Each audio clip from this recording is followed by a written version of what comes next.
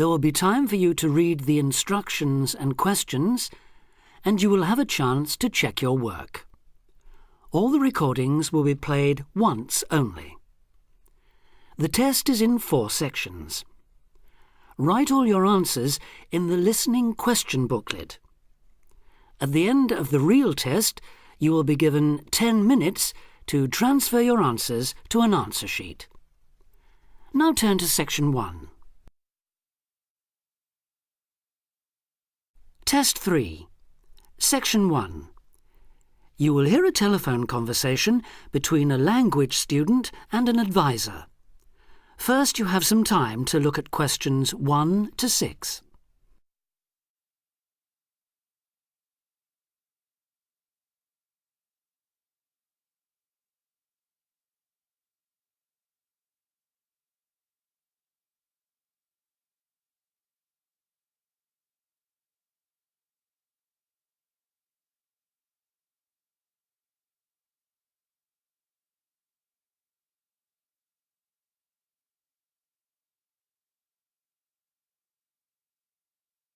You will see that there is an example that has been done for you.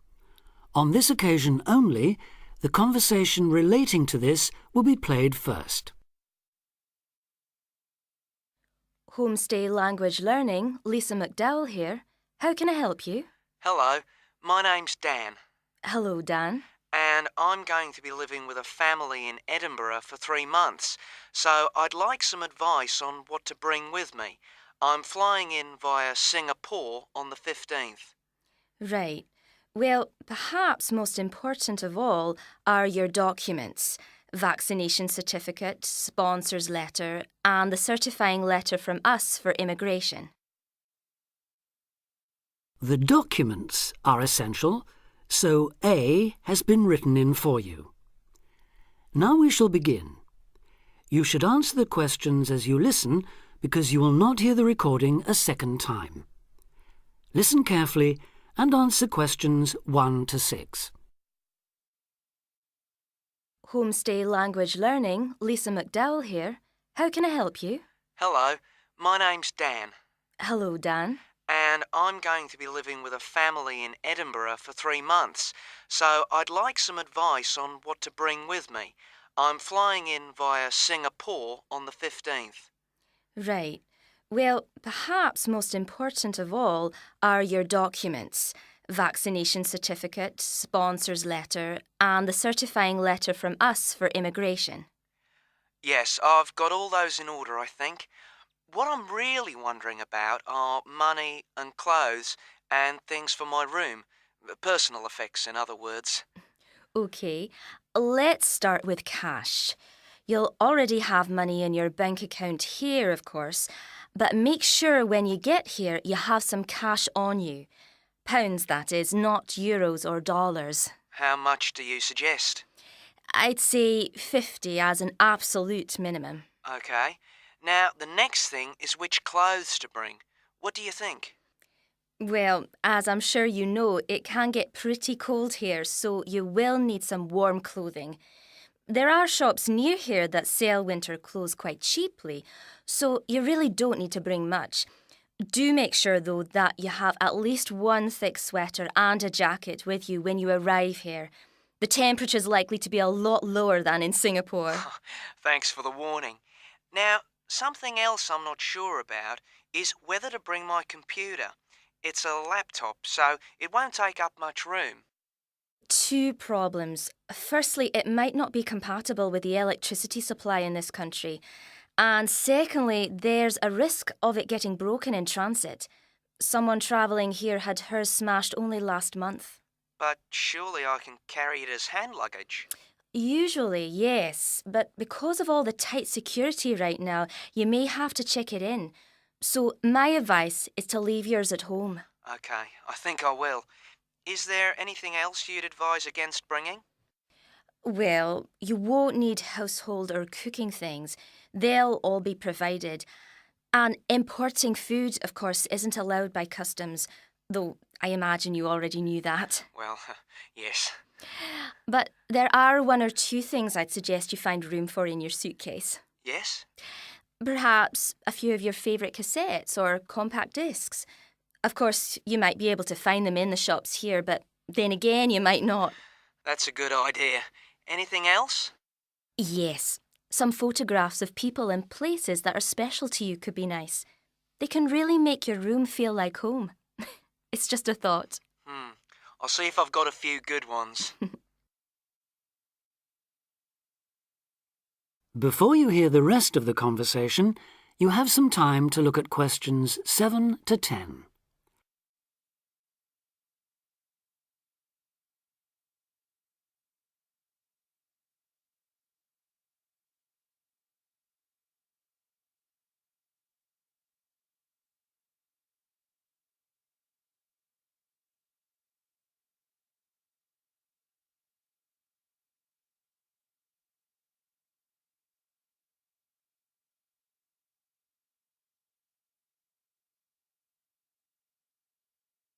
Now listen and answer questions 7 to 10.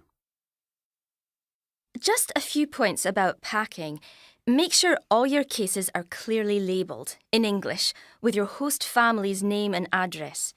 Just in case they go missing on the way. It has been known to happen. What name do I write, by the way? It's Wark. Lewis and Amy Wark. So that's W-A-L-K? It's actually W-A-R-K. But we'll be posting full details to you later this week. Right, fine. And I'd better put some essentials in my hand luggage, enough for a night or two in case, as you say, anything happens to my main cases. Yes, I'd recommend a change of t-shirt and socks and so on, plus any medication you may need, and a toothbrush, of course. And my tights. Your tights? Yes, for the flight. Wearing them helps prevent deep vein thrombosis when you're flying long distances, not getting any exercise. Oh yes, I've heard about that. Now, talking about exercise, there's one last thing. When you've packed your baggage, check you can carry it, all of it, at least 500 metres without any help. You may have to do that. Okay. Well, thanks for all your help. You've cleared up a lot of points. Oh, you're welcome. Have a safe journey, and we'll look forward to seeing you next month. Bye. Bye. That is the end of section 1.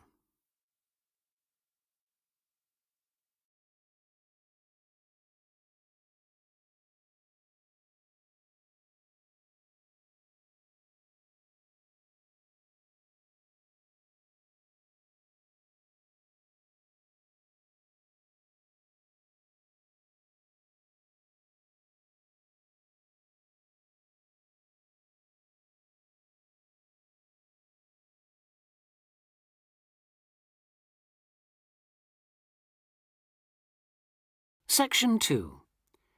You will hear an extract from a talk about facilities for students with disabilities. First, you have some time to look at questions 11 to 13.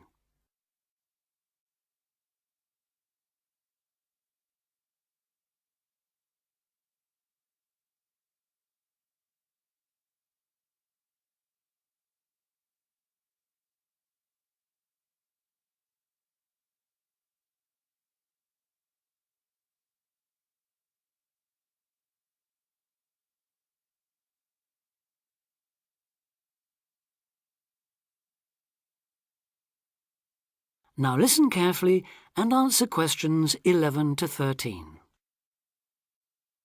Welcome to Student Times, the programme with all the latest on what's happening at universities around the country. Today we'll be discussing disabled applicants and the kind of support they can expect to find, or not find, at the university of their choice. With me to tell us more is Student Disability Advisor Sally Taylor. Good morning, Sally. Good morning, Hugh. I'd like to start by pointing out that although 1 in 4 people has some kind of disability, the proportion among students is much lower. This is partly because most students are under 25 and many people only develop their disabilities as they get older, but it's also because some universities don't do much to encourage access. It is true, though, that some have quite sticky problems when it comes to, for instance, wheelchair access, ancient buildings, cobbled streets built centuries ago, and so on. When faced with such a situation, some universities make an extra special effort to provide for students with particular disabilities, while others have specialist accommodation. In fact, all universities should have a written policy statement on students with disabilities, setting out what facilities they have, what their attitude is, and what they're prepared to do. But having said that, only you can properly understand the challenges of any disability you have, and so before accepting a place at a university, or even while you're considering applying, if only to raise the university's awareness, it's good to talk to them and find out how much they can and will do for you. The problem is who to talk to.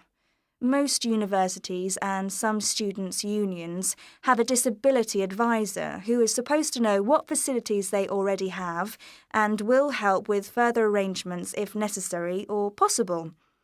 However, all too often this person is a token. Sometimes it's just an extra responsibility given to a secretary. They don't know what the situation is in practice, and they don't have any real authority to change anything.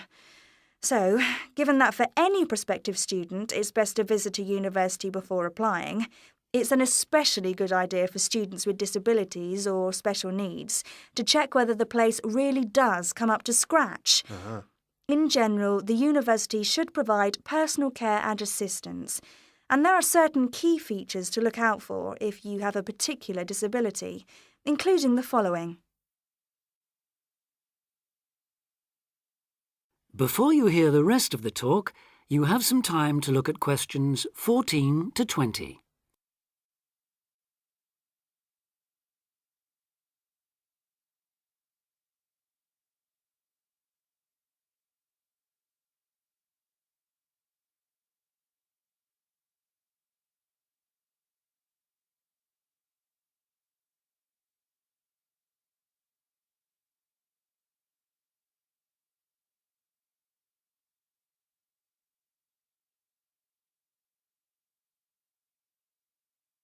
Now listen and answer questions 14 to 20. Firstly, if your mobility is impaired, check there are ramps and easy access to all buildings, not just accommodation or teaching rooms. Then, when you're inside, look for clear instructions on fire and emergency procedures for the disabled. Also, make sure there are lifts that work, not the usual ones that seem to be out of order half the time. And check for suitable lavatory facilities. There is a different set of things to look for if you suffer from any kind of hearing impairment.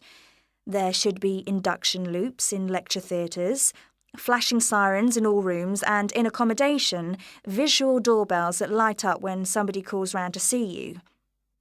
If it is your sight that is impaired, there obviously need to be braille translators of books and documents. In all buildings, the stairs, floors, doorways and windows must have clear markings, and there also have to be special fire and emergency procedures for you. If you suffer from dyslexia, you will need a computer for general use and in exams. And as exams may take you longer to complete, you should be allowed extra time in which to do so. This applies to work in general too.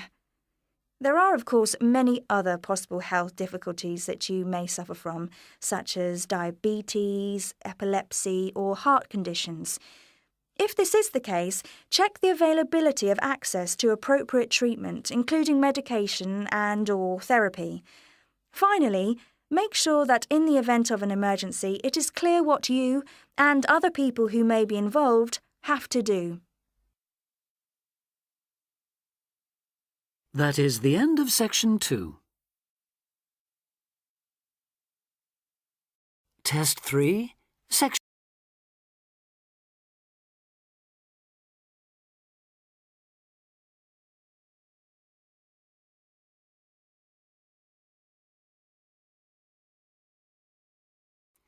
You will hear 3 students discussing a program of activities for new students at a college. First, you have some time to look at questions 21 to 26.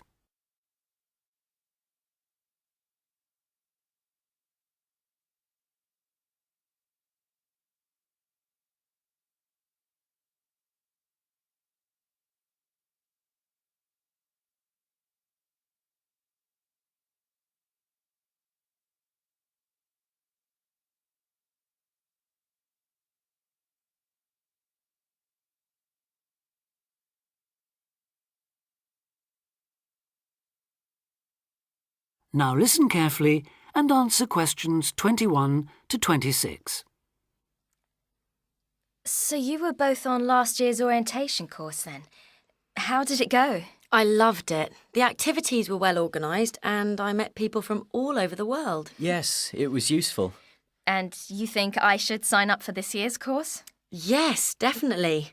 Apart from being fun, it really does prepare you for all the things you have to do in your first couple of weeks. In fact, one of the most useful things was chatting to people who'd already been there for a year, so-called senior students. They'd been on the orientation course the year before last and recommended it to us. Oh, and there was a great atmosphere at the formal dinner too. It was so colourful with people in their traditional dress from Asia, Africa, South America. It was one of the high points of the whole week. That was right at the end, of course. The first thing they did on the Monday was take us on a guided tour of the Students' Union. And after that, they took us round the city centre, showing us things like the bus station, the main shops. And the best pubs. Right, so it was very worthwhile. Yes, though maybe they could have taken us to a better nightclub. The music at the place we went to was lousy. That's a matter of taste, surely. Well, anyway, the next day they showed us round everything on the campus. And believe me, it was everything. We must have walked miles. I could have done with less information on every building in sight, given that I'll probably never need to go into half of them, and a bit more on places everyone's likely to use at some time or other, like the sports block, the health centre, the bicycle and car parks. Which reminds me, there was an afternoon session on how to drive in this country, which seemed to me a bit weird, you know, for a university course. I suppose it's because there have been accidents involving students who aren't used to people driving on the left. I was there, actually. How was it? Well, I must say I was a bit disappointed. There were some useful driving tips, but it might have been more helpful if it had included stuff for pedestrians. How to avoid getting run over, for example. You didn't go to the session on safety then? No. Well, apparently that dealt with road safety for pedestrians, along with lots of other aspects, of course. I wasn't there myself, but that might be something worth going to, Julia. Before you hear the rest of the discussion, you have some time to look at questions 27 to 30.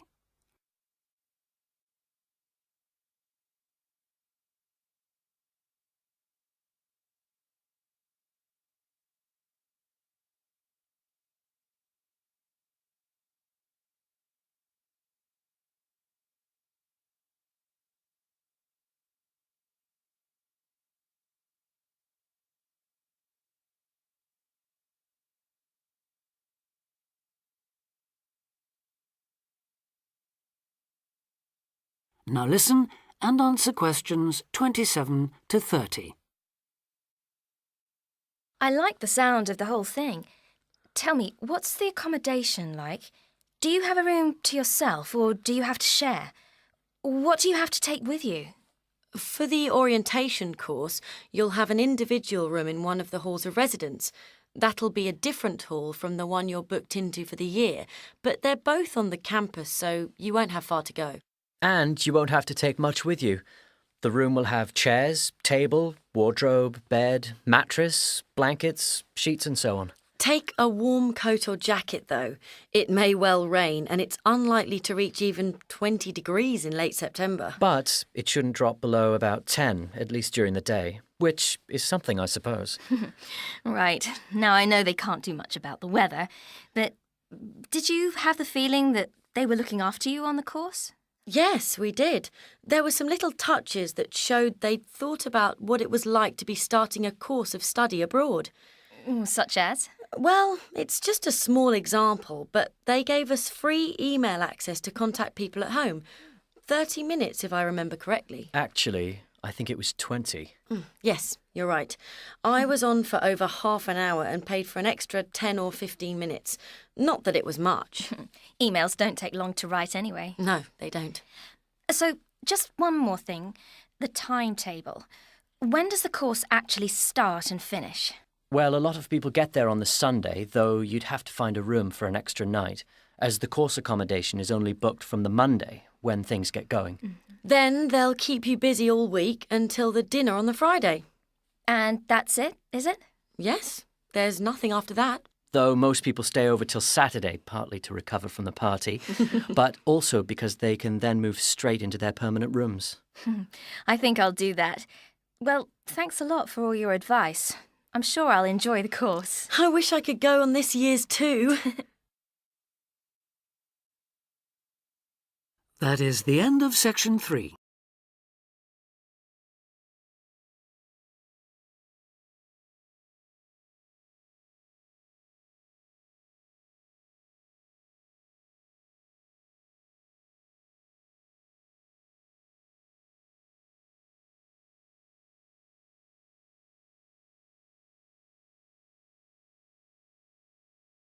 Section 4.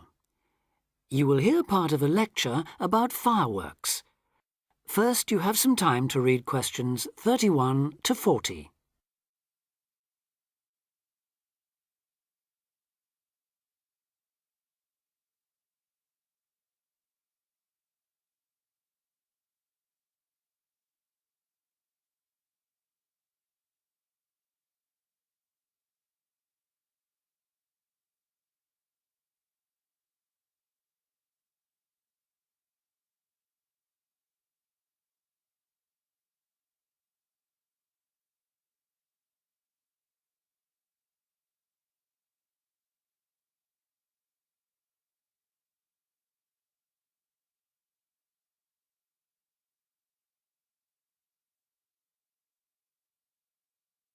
Now listen carefully and answer questions 31 to 40. Good afternoon, everyone, and welcome to this short talk on the subject of fireworks. Now, fireworks, as I'm sure many of you know, were invented in China, though there has long been disagreement as to exactly when, or even in which century. The consensus nowadays, though, is that it was in the 6th, as there is considerable evidence of war rockets being made then. We also know that fireworks were in use by the 7th century in Arabia, where they were called Chinese arrows, reflecting their military potential. It then took a long time for them to spread to Europe. In fact, it wasn't until the 1200s that fireworks made their appearance there.